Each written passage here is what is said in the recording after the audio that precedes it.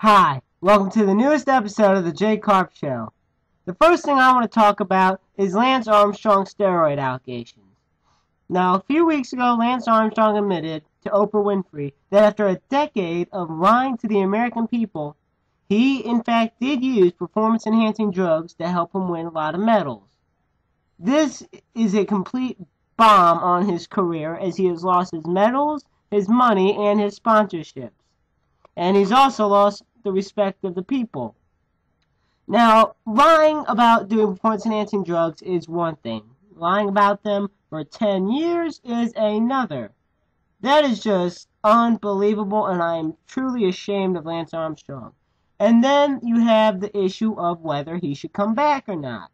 I don't believe he should, because you have these hardworking cyclists who actually try to win legally, who are overshadowed by the druggies. And I just don't think that's fair to the people who actually are not doing steroids, performance-enhancing drugs, and don't get the recognition they deserve. So no, I don't believe Lance Armstrong should come back, and I don't believe he will even try. His career it's over, let's face it. He's a shell of himself, he's full of himself, and he should be ashamed of himself. Bottom line is, Lance Armstrong has went from being America's hero to just a big disgrace. And I'm sure everyone, especially his sponsorships, are ashamed of him. Now, another topic I want to discuss is a topic about, in this kind of the same sense of steroid usage, it's about these Baseball Hall of Fame in Cooperstown. Nobody got elected to the Hall of Fame this year except for three people from the Veterans Committee. But those people have been dead for 70 years, the ones that are getting inducted. The issue at hand is whether players who did steroids, such as Barry Bonds, Mark McGwire, and Rafael Palmeiro, should be included on the ballot at all. Now, granted, none of these guys, especially Palmeiro and McGwire, got any significant amount of votes to make an impact. But the question still remains, should they be allowed to be on the ballot at all? I mean, there were 4 write-in votes for Pete Rose, and he's been banned for life. It's a big controversy, especially since nobody got in this year. Personally, I'm not a fan of the Sports Hall of Fames, because I believe that while it's great that these men get inducted, it's almost as if we're letting a bunch of writers get to pick whose legacy we get to remember.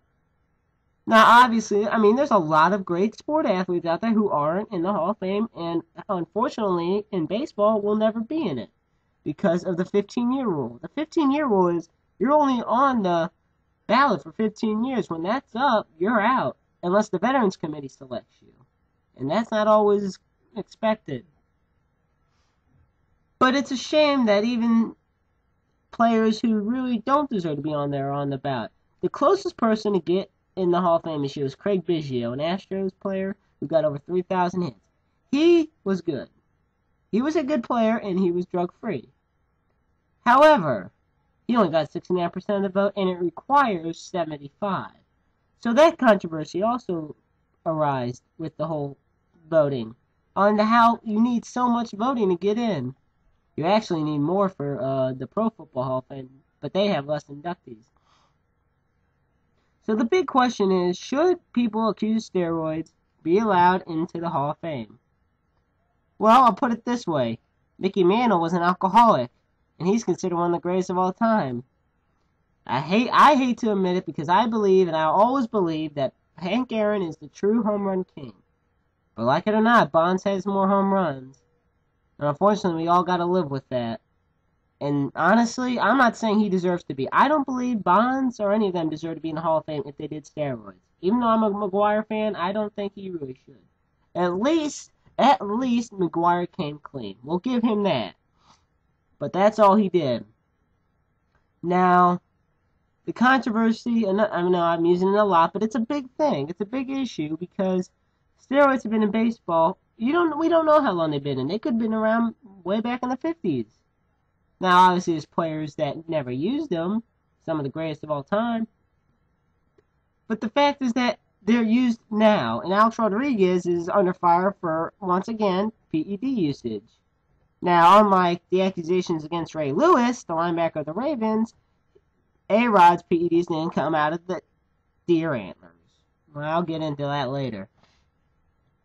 Bottom line is, this is a big topic that really should be discussed in the long term as to whether these Hall of Fames should allow steroid users in its sacred doors. Now, one of the big topics, probably one of the big two I'm going to talk about this episode is the Super Bowl. That's right, Super Bowl 47. I'm excited just as much as anyone else. It's the San Francisco 49ers versus the Baltimore Ravens. So many storylines going into the bowl. Randy Moss, 15-year pro, returning to the Super Bowl, going to the Super Bowl. And then you have the Harbaugh brothers, Jim and John, facing off. The Harbaugh, as you might call it. And that's what I've predicted for the longest time. And then you have Ray Lewis, 17-year pro, 39 years old, announced his retirement at the end of this season. A few weeks ago, he announced that after the end of the season, whenever it ended, he would retire. Since that announcement, the Ravens have been unstoppable. Now, I honestly, there was a lot of bullcrap calls in the divisional round between the Broncos and the Ravens. But I have never seen the Baltimore Ravens fight so hard before in my life, in all my years of watching football. They never gave up. They never stopped fighting. And there was a controversial kneel down with 30 seconds to go and 2 timeouts by the Broncos, which surprised me because Manning is Mr. Clutch. And Peyton Manning could have probably won that game. But they chose not to. They went to overtime. Still a stalemate. Second overtime, Justin Tucker kicks it for the Ravens for the win. Then they went to New England. In New England, the Patriots, who've been in the Super Bowl 7 times in the last 12 years, finally were thwarted by the Ravens, who've been desperately trying to beat Brady and the Patriots. Brady's first home loss in the AFC title game. Honestly, it's the end of an era for the Patriots. I think they're going to be going downhill in the decline. But they're in such a weak division, they'll still probably be the champs. And then you have the Niners. Colin Kaepernick, middle of the season, putting the starting role over Alex Smith. And he just has been an unstoppable machine. I mean, it's sad, though, because I'm here in St. Louis, and it's sad a team that the Rams should have beaten twice is in the Super Bowl. But that's beside the point, and, the Niners earned it.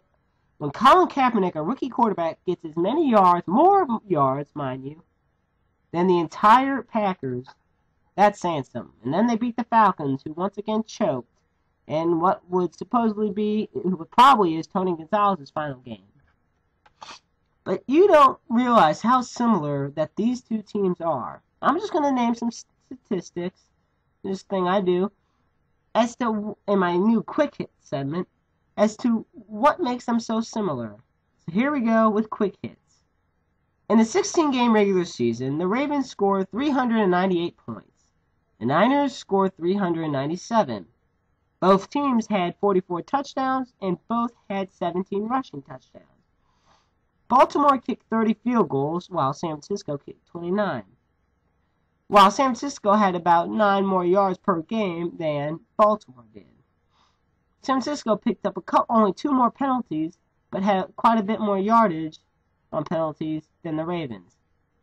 Baltimore allowed 60% of the passes thrown to be completed, while the Niners allowed 59% completed. Niners had 38 sacks, Ravens had 37. San Francisco picked off 14 passes, while Baltimore had 13. And each of those teams returned 2 of those picks for touchdowns. Honestly, I don't see how much more similar you can get between these two. That's why predicting this game is so hard. There is so much in common with these teams, besides brothers coaching. It's a hard game to pick. Ray Lewis has amassed 44 tackles in 3 games this postseason. In 6 games in the regular season, he had 57. Ray Lewis, if anyone, has been unstoppable. And I honestly think, we have the Niners with their number 3 run defense, going to try and shut down Ray Rice. But Flacco, this round of the playoffs, this year in the playoffs, has proved himself to be a very good quarterback, especially in the clutch, with Jacoby Jones with the 70-yard touchdown. Personally, when it comes down to this Super Bowl, it's going to be very few mistakes, it's going to be close scoring, and it's probably going to come down to the last couple possessions. But in the end, I predict that the Baltimore Ravens will win the Super Bowl, be the only remaining undefeated Super Bowl team that's been in multiple Super Bowls, as both the Niners are 5-0 and the Ravens are 1-0 in Super Bowls. And Ray Lewis, much like Michael Strahan, John Elway, and Jerome Bettis before him, will retire with his head held high and the Vince Lombardi Trophy in his hand. Now, before we go, there is one more topic. Well, before we get to that last topic, there are a couple quick stories I'm going to go through. After 14 years, Donald Driver, the Packers receiver, has announced his retirement. He will retire February 6th at a conference at Lambeau Field.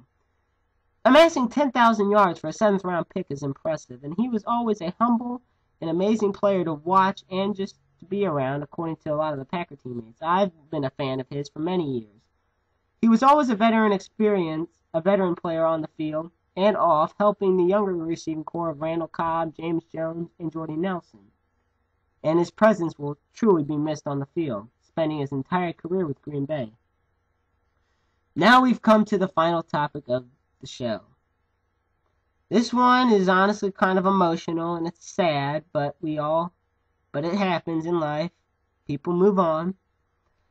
See, I'm in St. Louis and I'm a huge Cardinal fan, but recently we lost a big part of this Cardinal family. Hall of Famer Stan the Man Musial. He was 92 years old and he passed away peacefully. Stan Musial for 22 years made St. Louis his home and made the fans his family. With his wife Lillian, who passed away last year at the age of 91, they were married for almost 72 years. That's astounding. 72 years.